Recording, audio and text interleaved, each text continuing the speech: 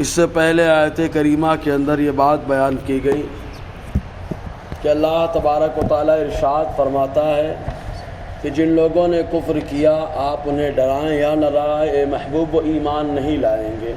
ایمان نہ لانے کی وجہ کیا ہے؟ خود آج کی آیت کریمہ میں اللہ تعالیٰ بیان فرماتا ہے کیونکہ ان کے دلوں پر، ان کی سماعتوں پر مہر لگا دی گئی اور ان کی آنکھوں پر پردہ ہے۔ مطلب یہ اس انداز میں سمجھیں کہ اللہ تبارک و تعالیٰ نے انسان کو دو چیزوں سے بنایا، ایک کا نام جسم ہے اور ایک کا نام روح ہے۔ اگر جسم کے لیے کچھ چیزیں ایسی ہوتی ہیں کہ ان کا استعمال کریں تو جسم طاقتور ہوتا ہے، مضبوط رہتا ہے، محفوظ رہتا ہے، لیکن کچھ چیزیں ایسی ہیں کہ ان کا استعمال کیا جائے تو جس سے آدمی کے جسم کے جو معاملات ہیں کمزور ہو جاتے ہیں، صحت خراب ہو جاتی ہے، کنٹینیو گرنا شروع ہو جاتی ہے۔ تو ایک وہ وقت آتا ہے کہ انسان کے بدن کے اعضاء وہ کام کرنا جو ہے بند کر دیتے ہیں تو انسان ایک دم مجبور محض ہو جاتا ہے، معذور ہو جاتا ہے۔ تو اسی انداز میں اللہ تبارک و تعالیٰ نے روح کا بھی سسٹم رکھا کہ مسلسل جب بندہ نیکیوں کا انکار کرتا ہے، اچھائیوں کا انکار کرتا ہے تو ایک وہ وقت آتا ہے کہ وہ اعضاء جو روحانیت پر اثر ڈالتے ہیں وہ کام کرنا بند کر دیتے ہیں۔ آنکھیں دیکھتی تو ہیں لیکن عبرت نہیں حاصل کر پاتی، کان سنتے تو ہیں لیکن عبرت نہیں حاصل کر پاتے، دماغ سوچتا تو ہے لیکن آخرت کی تیاری نہیں کرواتا، دل سمجھتا تو ہے، محبت کرتا تو ہے لیکن آخرت کے لیے محبت نہیں کرتا۔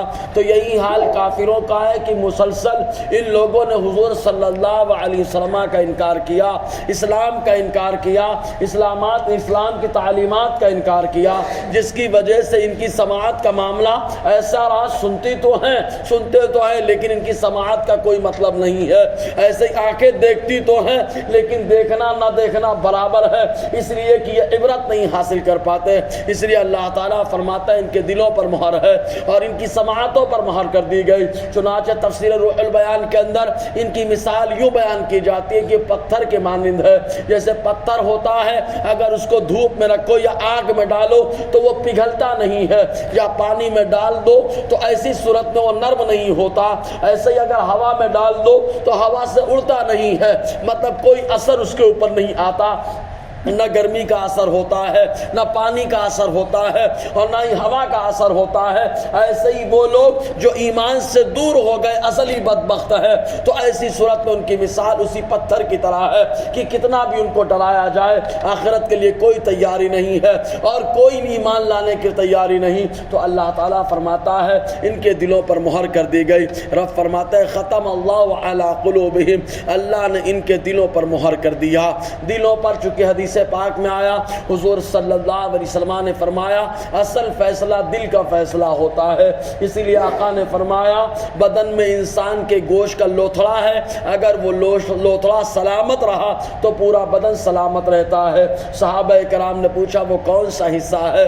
تو حضور نے فرمایا وہ دل ہے، اگر وہ سلامت ہے بدن سلامت ہے، وہ بگڑ گیا پورا وجود خراب ہو گیا۔ ایسے ہی اللہ تبارک و تعالیٰ فرماتا ہے ان کے دلوں پر مہر کر دی گئی کہ جیسے جس انداز میں کوئی بات جو ہے سیل پیک کر دی جاتی ہے، کہا گورنمنٹ کی طرف سے مہر لگا دی گئی تو اب اس کے بعد جو باتیں سب باہر کی ہوتی ہے تو اللہ تبارک و تعالیٰ نے دل پر مہر لگا دی، اب کوئی بات ان کے دل پر اثر نہیں کرتی ہے جس کی وجہ سے وہ سدھار پیدا کرے۔ اسی لیے دل کا کلیئر ہونا بڑا ضروری ہے، دل صاف ہوتا ہے آدمی کا نظام صاف ہوتا ہے۔ تو اللہ تعالیٰ فرماتا ہے ان کے دلوں پر مہر ہے، وَعَلَىٰ سَمْعِهِمْ، اور ان کی سماعت پر مہر ہے، یعنی کانوں پر مہر کر دی گئی، بات سنتے تو ہے لیکن اثر نہیں کرتی ہے۔ وَعَلَىٰ أَبْصَارِهِمْ غِشَاوَةٌ، اور ان کے آنکھوں پر پردے ہیں، آنکھیں دیکھتی تو ہیں لیکن عبرت نہیں حاصل کر پاتی۔ دنیا میں زلزلوں کا احساس تو ہوتا ہے لیکن انسان توبہ کرنے کے لیے تیار نہیں ہے، جو بھی معاملات اللہ کے عذابات دکھائی دیتے ہیں پھر بھی انسان عبرت حاصل کرنے کے لیے تیار نہیں۔ تو اللہ تعالیٰ نے ان کے دلوں پر پردہ ڈال دیا. وَلَهُمْ عَذَابٌ عَظِيمٌ, اور ان کے لیے آخرت میں بڑا عذاب ہے, بڑا سخت عذاب انہی کے تعلق سے ہوگا کہ آپ ہمیشہ ہمیش کے لیے جہنم کے ایندھن بن جائیں گے, اور جب جہنم میں جائیں گے تو کبھی نکلنے کا کوئی معاملہ نہیں ہوگا. چنانچہ جب آدمی حق کا انکار کرتا ہے, سچ کا انکار کرتا ہے, تو اس کے سامنے تین باتیں ہوتی ہیں. یا تو وہ لالچ کرتا ہے, یا تو وہ حسد کرتا ہے, اور یا تو وہ بندہ گھمنڈ کرتا ہے. لالچ کی وجہ سے آدمی انکار کرتا ہے, اور یا حسد کی وجہ سے, جیسے ابلیس نے لالچ بھی کیا, حسد بھی کیا. آدم علیہ السلام سے حسد کیا کہ ان کو اتنا بڑا مرتبہ دے دیا گیا. لالچ یہ کیا کہ ان کا مرتبہ نہیں ملنا چاہیے تھا, مجھے ملنا چاہیے تھا. اور ساتھ میں اس نے گھمنڈ بھی کیا, غرور کیا, میں آگ سے پیدا, آگ کا کام اوپر جانا ہے اور مٹی کا کام نیچے آنا ہے. تو آدمی جب حق کا انکار کرتا ہے, یا تو لالچ چھپی ہوتی ہے, یا حسد اس کے اندر ہوتا ہے, اور یا تو گھمنڈ اس کے اندر ہوتا ہے. چنانچہ ایک روایت علامہ اسماعیل حقی علیہ رحمت الرضوان نے روح البیان کے اندر لکھی, وہ ارشاد فرماتے ہیں, بنی اسرائیل میں ایک بڑا شخص تھا, بادشاہ تھا. چنانچہ اس نے اپنے وزیروں کے سامنے, رعایا کے سامنے بات رکھی کہ میں اتنے بڑے مرتبے پر, لیکن میرے دل کو لذت نہیں ملتی, سکون نہیں ملتا. تو ان لوگوں نے کہا علماء کی جماعت اپنے ساتھ رکھو, وہ رہنمائی تمہاری کریں گے. اس نے علماء کو بلایا, اور علماء نے کہا تم شریعت کے مطابق زندگی گزارو, اگر شریعت کے مطابق زندگی گزرے گی تب ایسی صورت میں تم کو سکون بھی ملے گا, زندگی میں لذت بھی محسوس ہوگی. چنانچہ اس نے کہا اگر میں شریعت کے موافق چلوں تو تم لوگ میرے سپورٹ میں رہنا, اور اگر شریعت کے خلاف چلا جاؤں تو تم لوگ پھٹکارنا, مجھے زجر کرنا, توبیخ کرنا.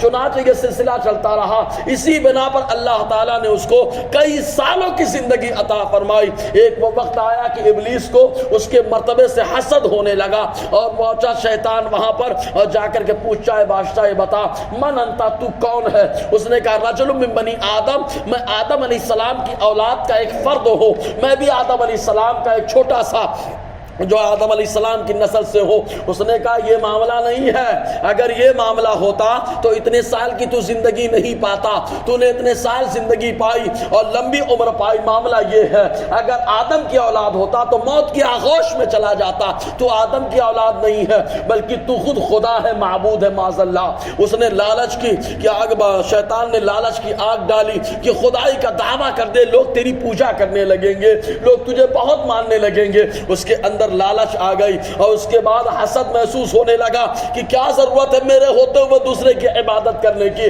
اور اس کے بعد انا بھی آ گیا. تب ایسی صورت میں اس نے اپنی رعایا کو جمع کیا, اور جمع کرنے کے بعد اعلان کر دیا اگر میں آدم علیہ السلام کی اولاد ہوتا تو کب کا مر چکا ہوتا. میرا نہ مرنا اس بات کی دلیل ہے کہ میں معبود ہوں معاذ اللہ, میں خدا ہوں معاذ اللہ. اس نے یہ دعویٰ کر دیا. اللہ تعالیٰ نے وقت کے نبی کو سمجھانے کے لیے بھیجا, نہیں سمجھا. تب اللہ تعالیٰ نے ایک بادشاہ کو مسلط کیا جس کو بخت نصر کہا جاتا ہے. اس نے اینٹ سے اینٹ بچا کر کے رکھ دی اور تباہ و برباد کر دیا. لالچ کی وجہ سے برباد ہوا, حسد کی وجہ سے برباد ہوا, گھمنڈ کی وجہ سے برباد ہوا. تو مکہ کے باشندوں کے اندر لالچ یہ تھی کہ ان کی حکومت ختم ہو, ان کی جگہ ہمیں لوگ ماننا شروع کر دے. حسد مصطفیٰ جار رحمت سے کیا, گھمنڈ کیا, اسلام کو نہیں مانا. تب اللہ تعالیٰ فرماتا ہے ان کے لیے دردناک عذاب آخرت میں تیار کیا گیا. آگے گفتگو رہے گی. اللہ تعالیٰ ہم سب کو فیضان قرآن, برکات قرآن سے مالا مال فرمائے.